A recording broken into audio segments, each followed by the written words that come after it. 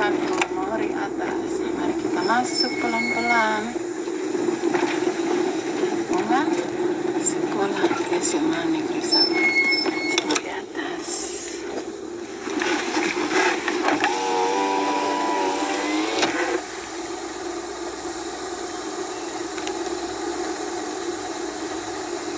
Oke, tidak usah terlalu besar.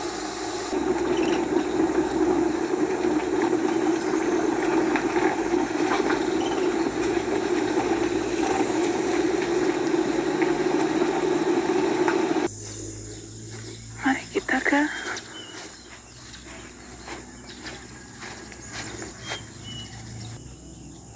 gerbang tadi.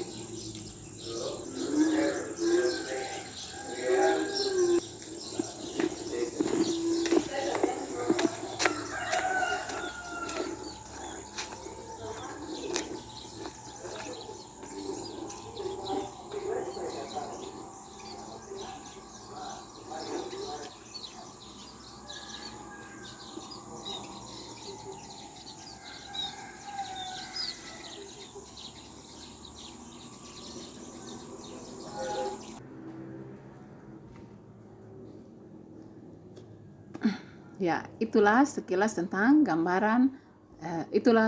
gambaran tentang sekolah kita. Ya, selanjutnya kita akan masuk pada materi yang kedua pada hari ini mengenai kurikulum SMA Negeri 1 Mori Atas.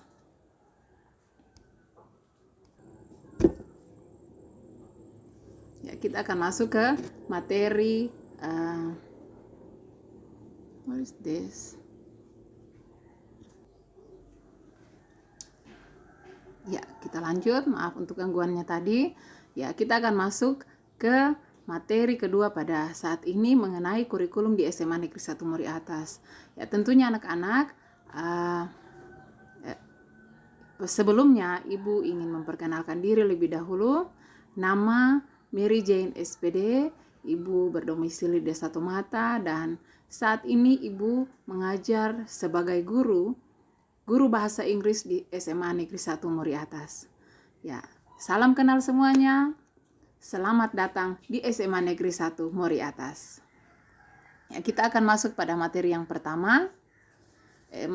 Materi yang kedua saat ini mengenai kurikulum, dan Ibu pertama-tama akan menjelaskan mengenai pengertian kurikulum itu sendiri. Ya.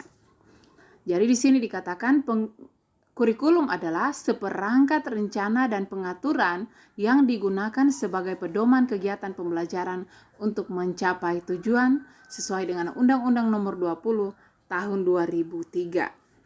Ya, kurikulum itu sekarang KTSP 2013 dan kurikulum tersebut merupakan kurikulum operasional yang disusun dan dilaksanakan di masing-masing satuan pendidikan. Ya, ini ada dalam Permendikbud 61 2014 dan panduan kerja kepala sekolah. Ya, selanjutnya mari kita lihat Permendikbud 61 tahun 2014. Di situ merujuk pada visi misi dan tujuan sekolah kita SMA Negeri 1 Muri Atas. Ya, barangkali Ibu akan fokus ke situ dan juga nanti tentang muatan kurikulum yang ada di SMA Negeri 1 Muri Atas. Kenapa? Karena ada di sini dikatakan tentang pengaturan beban pelajar, kalender pendidikan, ya itu bukan bagiannya siswa, tetapi itu adalah bagian dari guru-guru yang ada di SMA Negeri 1 Muri Atas ya. Yang perlu kalian ketahui di sini antara lain adalah visi misi SMA Negeri 1 Muri Atas. Ya, mari kita lihat sama-sama apa yang menjadi visi SMA Negeri 1 Muri Atas ya. Kita bisa baca sama-sama. Ya, visi SMA Negeri 1 Muri Atas adalah mewujudkan sekolah yang unggul, mandiri, berprestasi, berbudaya, dan berdaya saing tinggi berdasarkan iman dan takwa. Ya, siapa yang bisa mewujudkan visi sekolah kita ini? Ya, tentunya semua komponen yang ada di sekolah kita, termasuk kalian semua.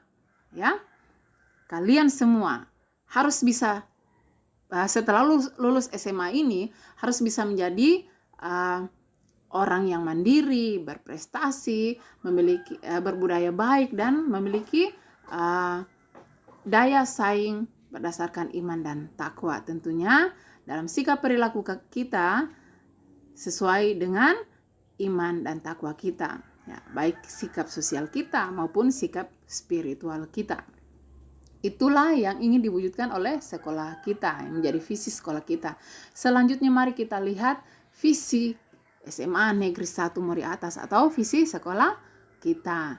Ya, di sini misi kita adalah misi kita, Ibu minta maaf. Misi SMA Negeri 1 Muri Atas adalah menumbuhkan pengamalan nilai-nilai agama menjadi landasan moral setiap siswa. Ya, sekali lagi, nilai-nilai agama menjadi landasan moral setiap siswa. Ini sangat penting karena ya kata moral ini sepertinya mudah diucapkan, tetapi dalam penerapan kehidupan sehari-hari itu sangat susah. Dan kalian harus bisa setelah belajar di SMA Negeri 1 Muri Atas. Ya. Selanjutnya, meningkatkan kinerja dan disiplin. Ya, kalian pasti paham ini, mendorong tumbuhnya daya kreatif, kewirausahaan, dan semangat bersaing positif dalam mengembangkan potensi siswa. Ya, daya kreatif. Selanjutnya, ya Ibu lanjut saja ya.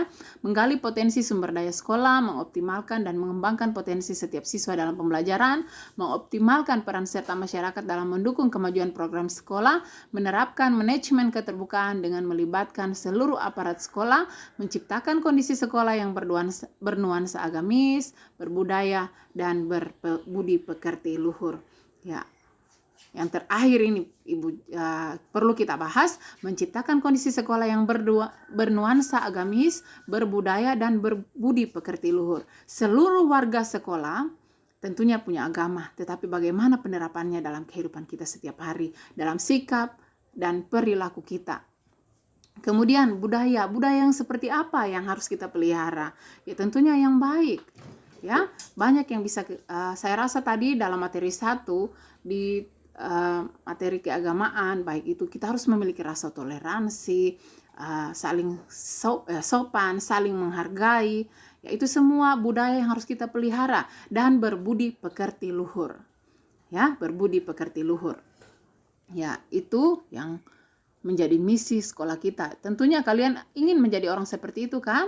Ya, mari kita wujudkan semuanya itu dengan mematuhi semua apa yang dituntut, yang diajarkan, yang disampaikan, yang harus kalian laksanakan sebagai siswa.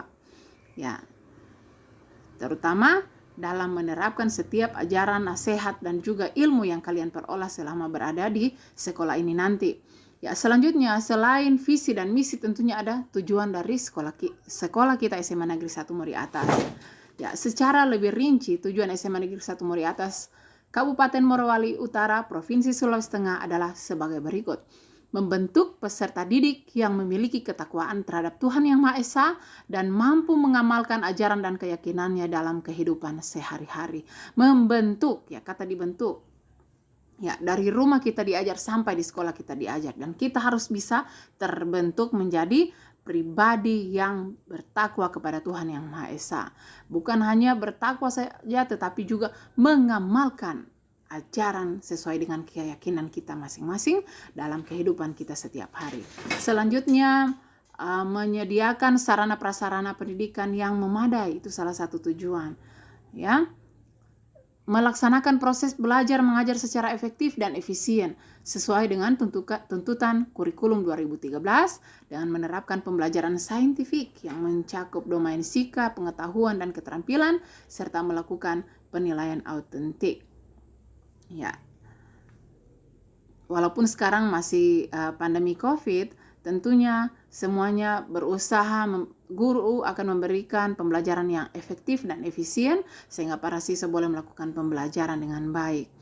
Ya, jadi yang dinilai sikap, pengetahuan, dan keterampilan. Ya, pembelajarannya pun harus scientific, ya, scientific learning. Kalau ya mungkin itu lebih fokus ke guru. Ya, kalian yang jelas harus bisa belajar dengan baik sesuai dengan materi-materi yang disampaikan oleh guru, kemudian juga berusaha bertanggung jawab dengan tugas-tugas yang diberikan selama pembelajaran nanti.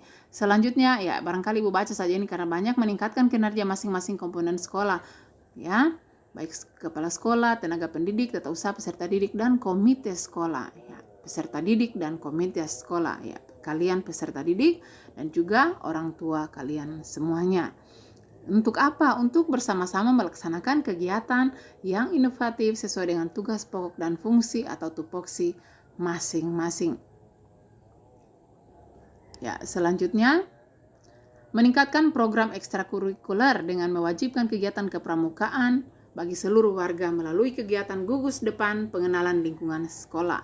Ya, jadi sangat penting diketahui bahwa semuanya harus terlibat dalam kegiatan pramuka, ya, kegiatan gugus depan. Kemudian meningkatkan kualitas lulusan yang memiliki sikap, pengetahuan, dan keterampilan yang seimbang, serta meningkatkan jumlah lulusan yang melanjutkan ke perguruan tinggi, menyusun dan melaksanakan tata tertib dan segala ketentuan yang mengatur operasional warga sekolah. Dan yang terakhir, meningkatkan kualitas semua sumber daya manusia, baik tenaga pendidik, tenaga kependidikan atau tata usaha, serta peserta didik melalui berbagai kegiatan dan pembiasaan. Ya, demikian anak-anak yang menjadi visi, misi, dan tujuan sekolah kita SMA Negeri 1 Muri Atas.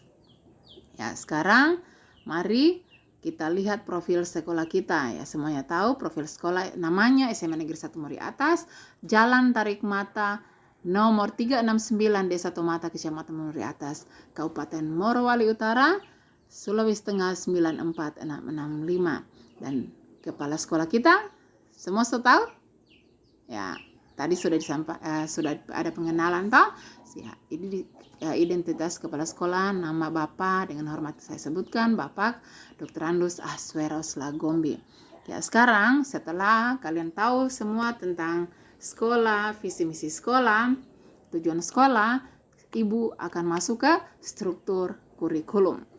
Ya, karena kalian baru kelas 10, tentunya sebagai siswa baru yang akan Ibu sampaikan adalah struktur kurikulum kelompok mata pelajaran kelas 10. Ya, double ini Ibu ketik ya. Ya, kurikulum kelas 10 program MIA atau MIPA dan IIS atau IPS terdiri atas 15 mata pelajaran yang masing-masing program dikelompokkan sebagai berikut. 6 mata pelajaran kelompok A itu wajib, ya. Ada pendidikan agama, pendidikan Pancasila dan kewarganegaraan, bahasa Indonesia, matematika, sejarah Indonesia, bahasa Inggris, yaitu 6 mata pelajaran kelompok A wajib. Dan yang menjadi di kelompok B wajib ada seni budaya, ada 3 mata pelajaran ya, seni budaya, PJOK atau Penjas, dan prakarya kewirausahaan. Mari kita lihat selanjutnya untuk mata pelajaran kelompok C. Mata pelajaran kelompok C yaitu kelompok peminatan ya. Di sini ada Ibu punya kesalahan pengetikan, tetapi ya nanti apa yang Ibu ucapkan itu yang benar ya. Ya. 4. Mata pelajaran kelompok C atau peminatan atau orang istilahnya jurusan. Ya, jurusan IPA, IPS. Kalau jurusan IPA ya bukan IPS ya, di sini ilmu sosial atau IIS. Ya, atau IPS. Seharusnya ini yang pertama mata pelajaran peminatan matematika ilmu pengetahuan alam atau MIPA. Ada 4 mata pelajaran peminatan untuk jurusan IPA yaitu matematika, biologi, fisika, dan kimia. Dan kemudian untuk IPS dia punya jurusan atau peminatannya yaitu mata pelajaran geografi, sejarah, sosiologi, dan ekonomi. Ya, sekali lagi untuk IPA jurusannya matematika, biologi, fisika, kimia, dan untuk IPS, geografi, sejarah, sosiologi, dan ekonomi. Selanjutnya mata pelajaran lintas minat. Ini juga lintas minat IPS dengan IPA beda. Kalau untuk mata pelajaran lintas minat IPA ada 2, yaitu ekonomi dan sosiologi. Lintas minat itu berarti orang IPA belajar mata pelajaran IPS. Ya, di sini untuk kelas 10 dia 2 mata pelajaran. Kalau sekelas 2-3 nanti tinggal 1 ya, tinggal salah satunya.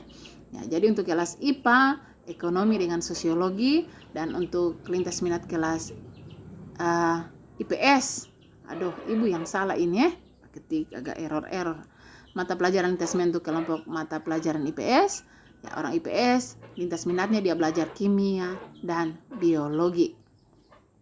Ya, jadi itu anak-anak ini dipilih sebenarnya sesuai minat siswa, tetapi di sini ada pertimbangan lain yaitu guru yang ada yang siap sedia yang bisa mengampu mata pelajaran ini sesuai dengan latar belakang pendidikan yang ditempuh selama kuliah. Ya, sekarang mari kita lihat untuk kelas 10 ada mata pelajaran pilihan 1. Ya, karena ya itu bahasa Jepang ya, karena kalau misalnya kelas 10 42 mata pelajaran seminggu, kelas 12 44 ada selisih 2. Jadi di sini Ibu isi mata pelajaran pilihan yaitu bahasa Jepang. Kenapa bahasa Jepang? Karena ada gurunya. Oke? Lanjut. Alokasi pembelajaran. Ya, kalau di sekolah ini sesuai dengan aturan yang ditetapkan oleh pemerintah untuk struktur kurikulum SMA, yaitu 1 jam adalah 45 menit. Semua sekolah, SMK maupun SMA adalah 45 menit. Ya. Sini juga seperti itu. Kemudian kita masuk ke kompetensi dasar, ya KD, ya dia berdasarkan KI ya. Ya, di sini yang dinilai adalah sikap spiritual, ya, atau bagaimana kehidupan kita dengan keyakinan kita dengan Tuhan, sosial, bagaimana kehidupan kita dengan sesama dan lingkungan kita, dan juga pengetahuan, kemampuan kita dengan mata pelajaran yang kita pelajari selama sekolah, selama pembelajaran, dan juga keterampilan yang kita ketahui selama kita belajar di sekolah.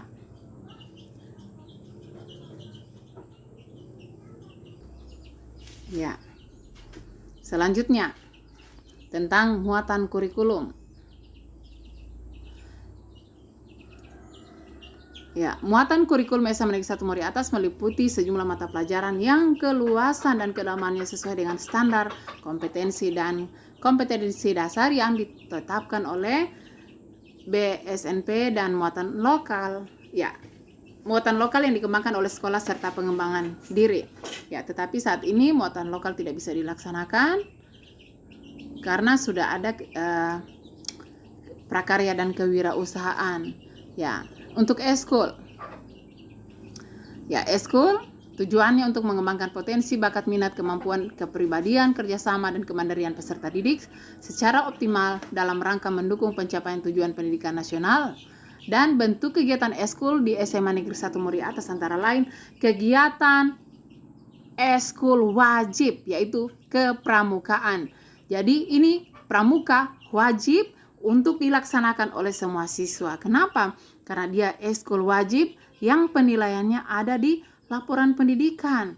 Ya, bagaimana mau tulis ekstrakurikuler ada pramuka? Baik, kalau tidak pernah ikut kegiatan kepramukaan.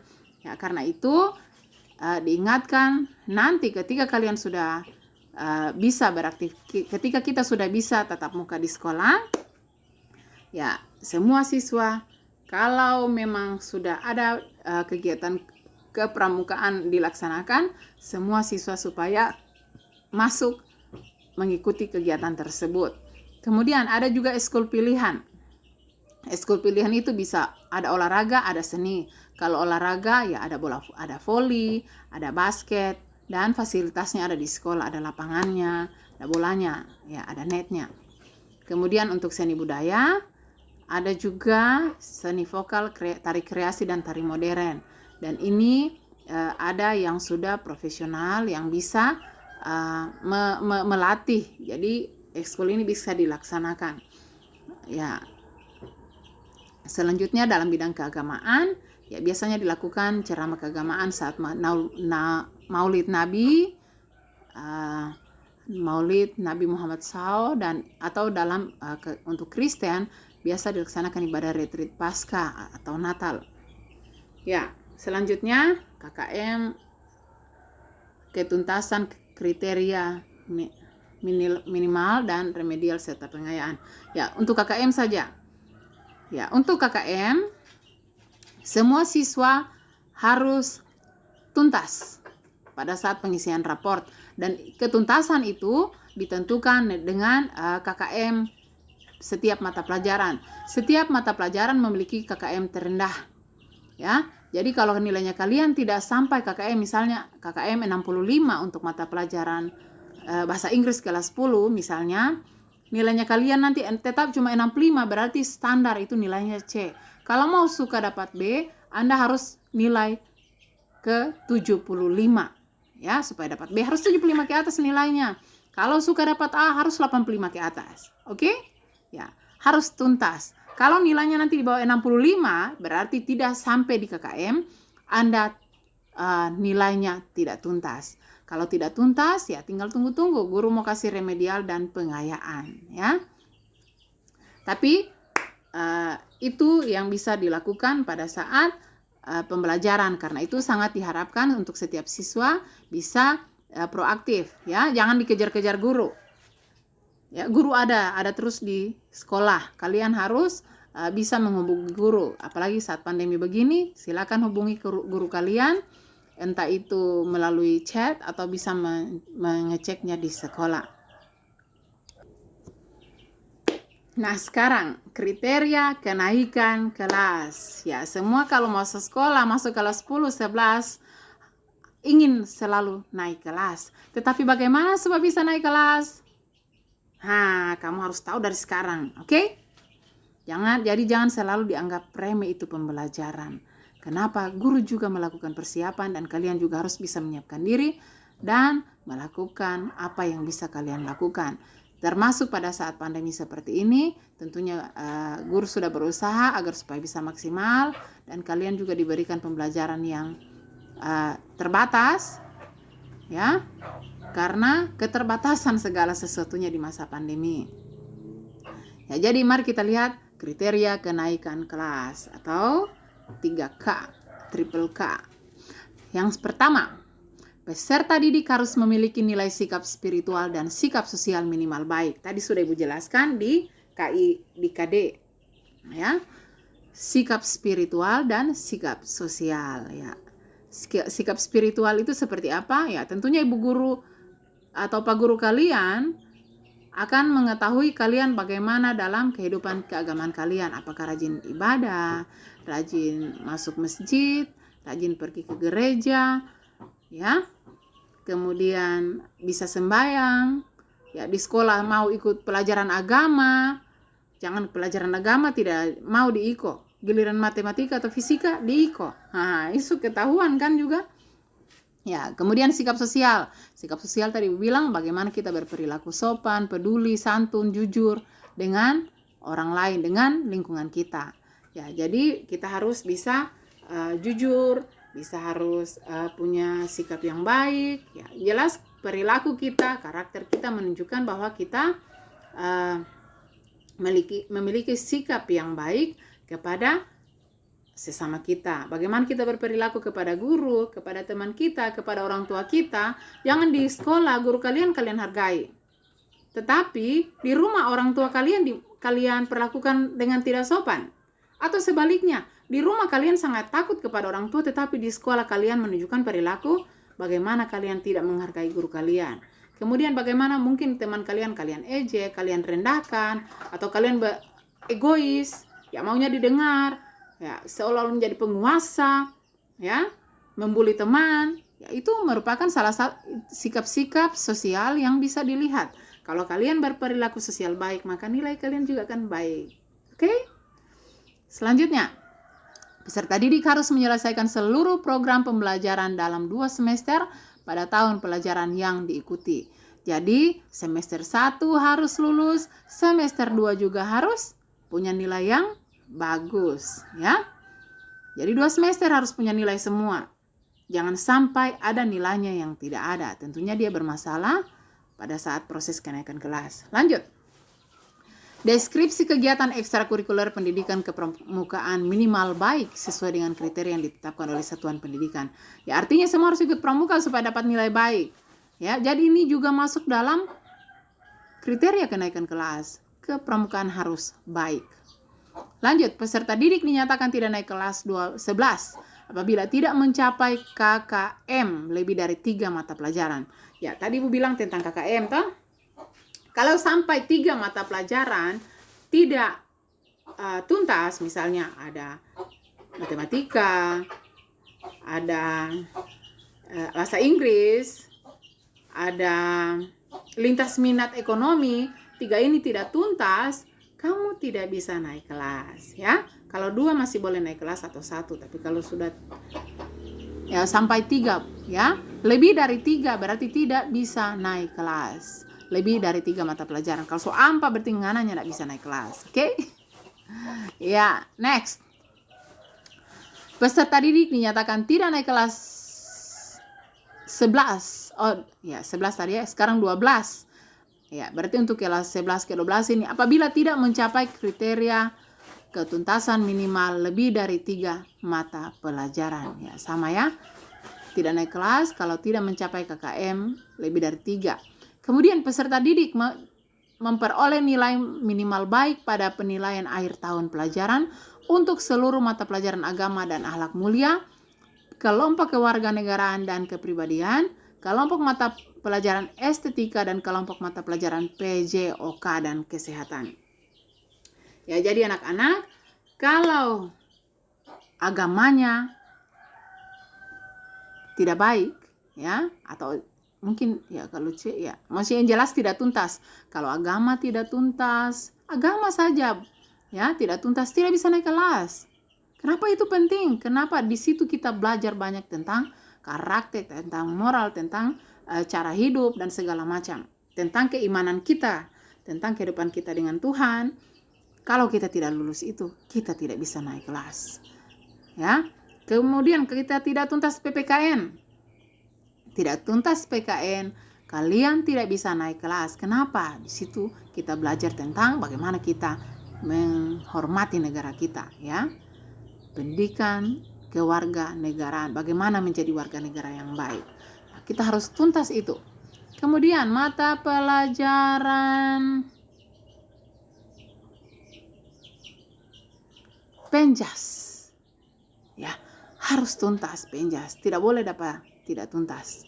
Kalau tidak tuntas penjas, tidak bisa naik kelas. Kenapa? Siapa yang tidak bisa olahraga? Ya, semua bisa, hanya saja biasanya banyak yang sengaja melarikan diri, tidak mau, banyak alasan dan segala macam. Kecuali punya kekurangan, misalnya orang yang tidak bisa olahraga itu karena sakit, jantungnya dari lahir tidak sehat dan segala macam. Ya, itu ya. Yang terakhir, peserta didik dinyatakan tidak naik kelas 12 jika nilai suatu mata pelajaran ciri khas program jurusan tidak mencapai KKM. Ini yang paling penting harus kalian catat. Itu kejurusan ada 4 toh. Kalau IPA tadi ada matematika, fisika, kimia, biologi. Kalau satu tidak tuntas, tidak naik kelas. Jadi ini harus tuntas. Semuanya 4 harus tuntas. Demikian juga untuk IPS. Kalau sejarah, ekonomi, geografi, sosiologi, jurusannya tidak tuntas, tidak naik kelas. Satu saja tidak tuntas, tidak naik kelas. Jadi usahakan semua untuk jurusan ini harus tuntas. Ya, itu kriteria kenaikan kelas yang ada di sekolah kita. Ya, ini masih termasuk ringan ya, karena dibilang lebih dari 3 mata pelajaran. Ya, aturan di sekolah lain malah 2 mata pelajaran tidak tuntas, kalian tidak naik kelas. Ya, jadi yang tidak boleh tidak tuntas yaitu tadi agama, PKN, PJOK. Tidak boleh tidak tuntas. Kemudian mata pelajaran jurusan tidak boleh ada yang tidak tuntas. Oke? Yang paling terakhir, belum terakhir sekali, dan kesetaraan gender. Ya, mungkin dibilang sekarang kesetaraan gender itu ya laki-laki perempuan memiliki kedudukan yang sama, siswa laki-laki maupun perempuan. Itu sudah diberlakukan di sekolah kita. Mau jadi ketua OSIS, boleh perempuan, boleh laki-laki. Ketua kelas, boleh laki-laki, boleh perempuan. Ketua kelompok dan lain-lain, boleh. Pimpin ibadah, laki-laki, perempuan, boleh. Ya, semuanya memiliki kesempatan yang sama. Selanjutnya waktu pembelajaran kita tadi 1 kali 45 menit untuk 1 jam pelajaran. Dan waktu belajar hari Senin, kalau normal tidak corona, dari jam 7 jam 1.45. Kecuali hari Jumat dan hari Sabtu ada pembedaan sedikit. Tapi sekarang karena COVID, kita tidak bisa belajar sesuai dengan waktu belajar yang ditetapkan. Ya, sekarang yang terakhir, Ibu akan segera menutup pertemuan kita. Terima kasih untuk perhatian anak-anak semua. Inilah kurikulum yang ada di sekolah kita. Ya, karena ini Ibu berikan secara daring, tentunya akan terdapat banyak kekurangan. Olehnya Ibu minta maaf, dan semoga ini membantu, boleh menjadi pedoman kalian untuk memasuki tahun pertama kalian di SMA Negeri 1 Muri Atas. Sampai jumpa, terima kasih, salam sehat.